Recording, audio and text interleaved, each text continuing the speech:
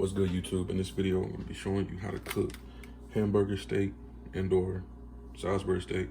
Salisbury steak is a little bit different though. You gotta have like other things added to it, like some onions and stuff like that. Maybe some people like mushrooms. But I'm just gonna be doing just hamburgers because I do not have any onion. So what you wanna do first, you wanna get your hamburger meat. You wanna grab that. Now, it doesn't really matter, you can just get whatever you want, but this right here is 73% lean, 27% fat.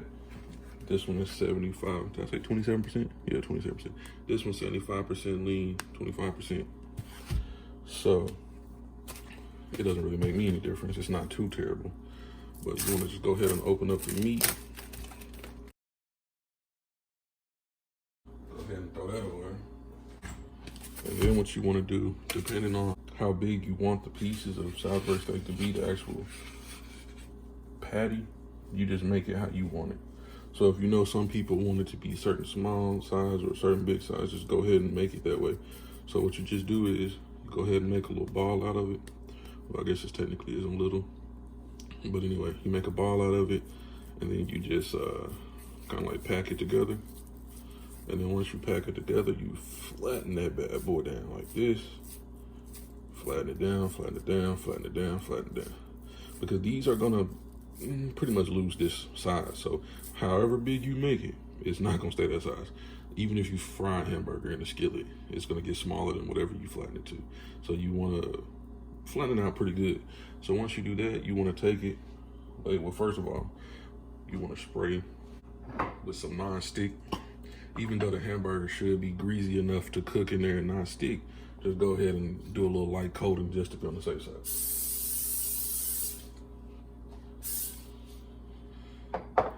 So then once that's done, take that, set that right there, and then go ahead and start making your next one. So like I'll show you how to make a smaller one. So a smaller one, take about that much. And then once you take that, start flattening that out. And then as you can see, this is a smaller one. So this would be good for children, you know, like, or someone who doesn't really have a big appetite. They don't want one of those big, gigantic, thick ones. They might just want something like this. So this would be great for a kid. So just take that size right there. Well, not just a kid. I don't want to just make people think they're kids if they eat small amounts. It's just for whoever wants a smaller portion of food. And then just keep on repeating this process until you have made your desired amount of hamburger steaks.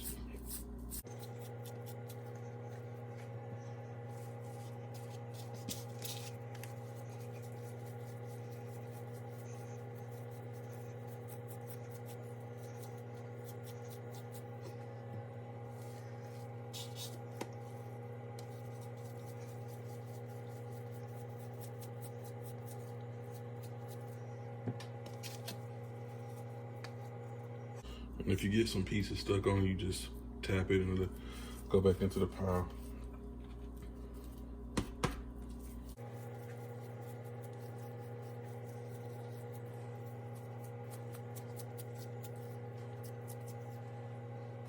So now that we have those 6 right there, you can stack them. There's nothing wrong with stacking them, but first you want to season these because you don't want to be putting too much seasoning on one of the other patties and stuff like that once you stack them. So we're gonna season these real quick and then we'll do the rest.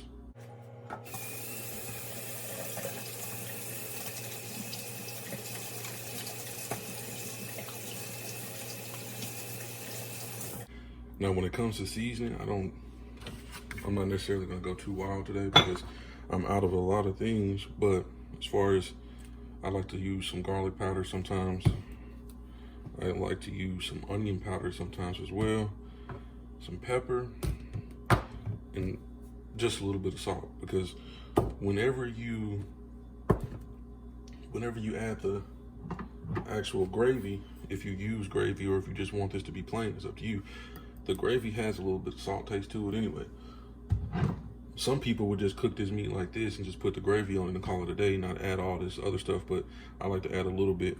And then you could even get some of this type of stuff right here. So this right here says it's garlic and onion plus black pepper and sea salt. So this is a little mix of everything except for the Well, it's got garlic and it's got onion. So I guess technically you could just use this, and it already has black pepper. So this is something that'll be a little bit quicker than having to, you know, sit there and do all these different things. So actually, I'm gonna just go ahead and try this out. I like how this is, so I know it'll be cool.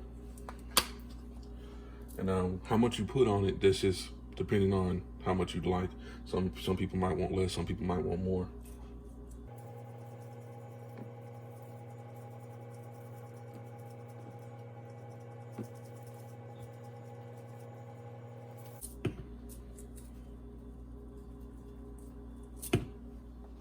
All right, so next you want to flip the patties. You can either choose to flip the patties with like a fork or something, so you don't got to rewash your hands, or you can just go ahead and keep it 100%. Just do what you want. It's up to you. I'm gonna just use a quick little fork, flip them bad boys over. And as you can see, based on how good you patted them, they shouldn't just be breaking apart.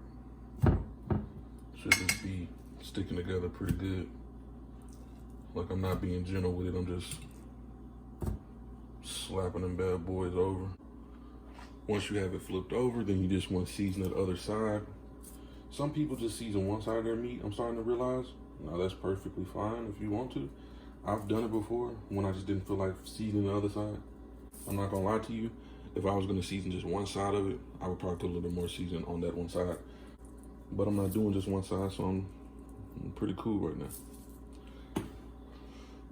So next, once you get it all seasoned on both sides, you can either, you know, choose to like do a little rub situation over it, spread it around.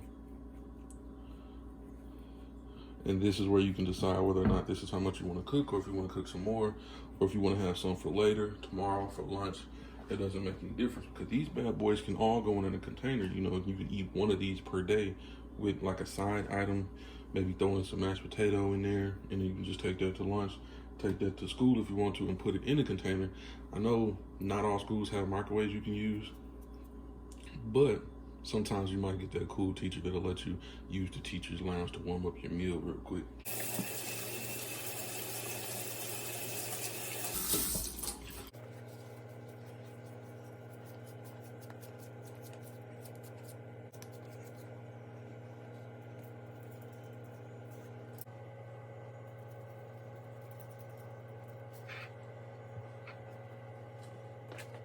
And then what's left is just this little bitty piece right here.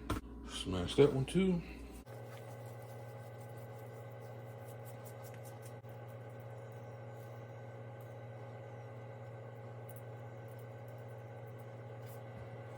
Next, you want to put your oven on around 350. Sometimes I do around 360-ish, but it's just whichever one. Now, some people say you should cook this for 20 minutes, but I usually just do it for 30 minutes. You want to let your oven preheat, then you want to throw it in the oven, let it cook for that amount of time. All right, once your oven is preheated, you can go ahead and put it in there. It doesn't matter if you put it at the top or the bottom. I usually put it at the top. Close that up. All right, so once it's been 30 minutes, you just pull it out a little bit, and you can check it.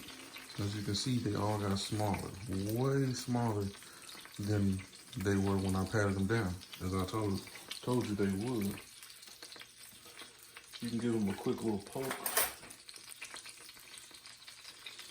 But yeah, I can tell by the way it's firm. It's not like gooey and soggy.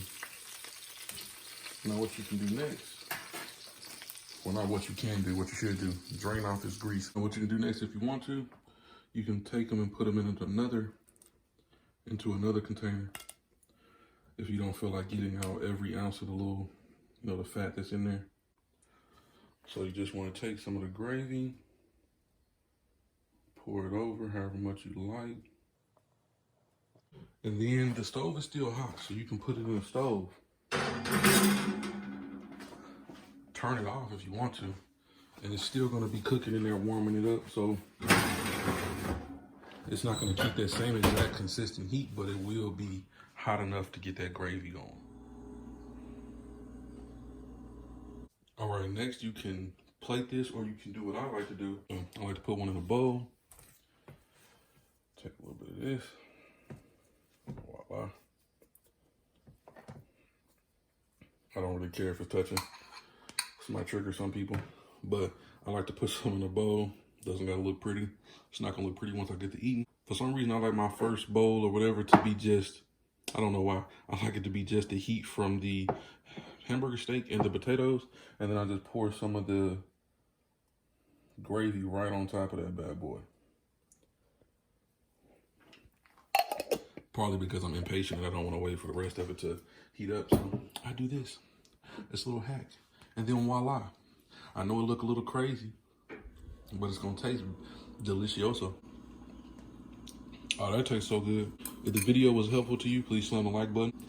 If you dislike the video, then I guess you can slam that dislike button twice. Till next time, it's been real, and I'll see you in the next one. Peace.